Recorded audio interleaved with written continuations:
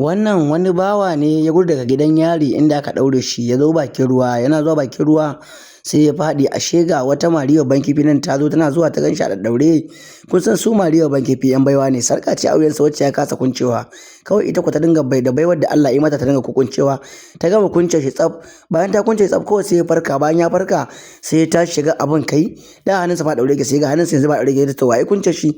Iya tunanin iya kallon sama iya dariya tsaya kalli ruwan nan iya ganin shi a bakin ruwa kuma ta yaya zai tafi gida. Ganin hakan ke da wuya kawai ta kallon ruwa kawai can sai ya hango abu a ruwa yana motsi. Can sai idan sai ya fara ya zama tsuru yana ta kalle me yake faruwa ne. Can sai ɗaure fuskarsa iya shafa fuskarsa kawai jafa goyin ke da wuya kawai sai ya hango wata mace ta leƙo cikin ruwan nan fa. Yana ganin ta sai ta maza ki tafiya sai ga tana ta fitowa a hankali tana fitowa a hankali kawai har sai ta zo ta riske shi. Iya zaune ya kasa fita ko ina ya kasa tafiya ko ina ya rasa me ya ma zai iba gurin saboda jikinsa da yana bashi kawai ga tana hararsa tana kallon sa. Nan fa ta taho ashe ya burge ta ne tana ƙaunarsa. Haka ta zo gurinsa ta tsaya a gabansa tana shinshina shi amma fa jininsa fa ina hankalinsa a tashe ki. Kai yanzu misali idan kai ne shin guduwa zaka ko zaka tsaya? Ma da comment section ra'ayinku.